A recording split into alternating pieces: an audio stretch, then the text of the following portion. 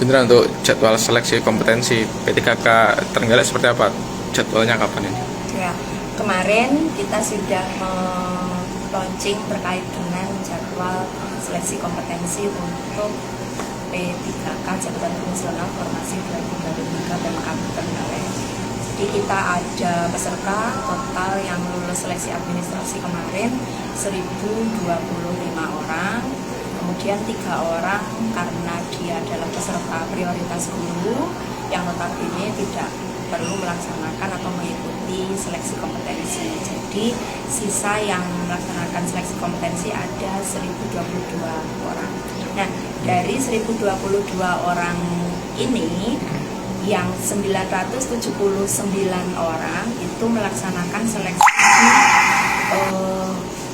Convention Hall Mall Kediri gitu, pada tanggal 21 sampai dengan 22 bulan November 2023. Kemudian sisanya 43 orang itu tersebar di beberapa kota di seluruh Indonesia. Untuk Pemkab Trenggalek ada melaksanakan seleksi atau peserta kita kuasakan di beberapa tilok, mulai dari Pontianak, kemudian Bandung, kemudian Yogyakarta, kemudian ada lagi di Madiun, selanjutnya Poltekkes Surabaya, Kantrek 2 Surabaya, kemudian ada juga di Malang dan di Probolinggo.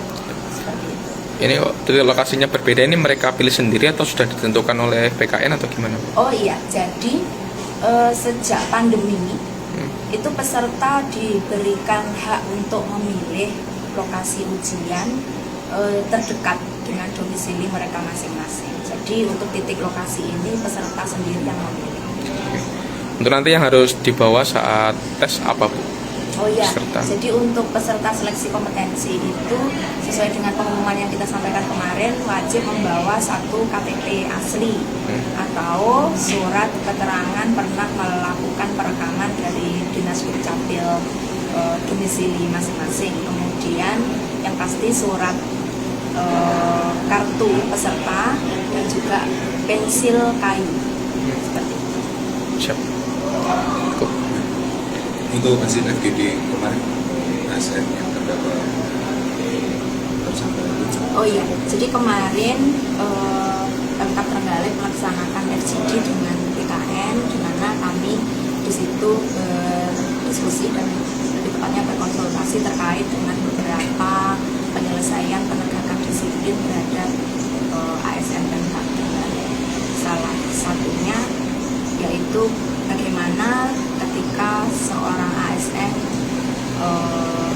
terlibat kasus pidana dan ternyata telah dijatuhi hukuman yang berkekuatan tetap atau sudah inkrah. Kemudian arahan dari PKN bahwasanya untuk segera diproses untuk penjatuhan hukuman disiplinnya, tidak menunggu yang bersangkutan keluar dari tahanan. Jadi tidak masalah ketika yang bersangkutan masih berada di tahanan untuk dilakukan proses penjatuhan hukuman disiplin.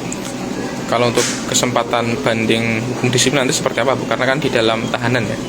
Oh iya, jadi untuk ASN ketika dia ternyata mendapatkan hukuman disiplin berat, Ya.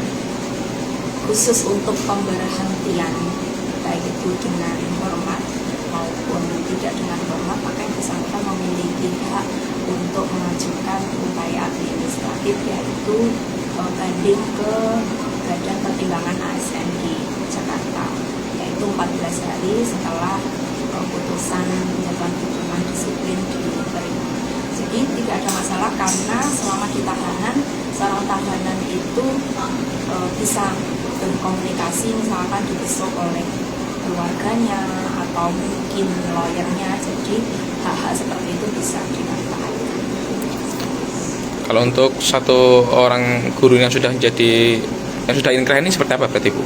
Di Trenggalek sudahkah ada putusannya hukuman berat atau gimana, Bu? Oh iya, untuk satu orang ASN yang ternyata mendapatkan putusan pengadilan yang terkait dengan kasus pelecehan seksual memang telah dijatuhi putusan di pengadilan kiprah 6 tahun. Nah, saat ini sedang dilakukan pembahasan oleh tim penegak disiplin dan Trenggalek. Nanti untuk selanjutnya di hasil dari kajian tersebut disampaikan kepada Pak Bupati yang memiliki kewenangan dalam penjatuhan hukuman disiplin tingkat berat. Targetnya kapan selesai? Targetnya sebelum akhir tahun. Namun hari ini ASN itu masih mendapatkan haknya atau? Terkait dengan haknya, ketika seorang ASN itu ditahan karena status tersangka, maka dia dibebaskan dari gaji sipil dan menerima gaji sebesar 50% sampai dengan Hukuman disiplin. kemudian dijatuhi hukuman disiplin.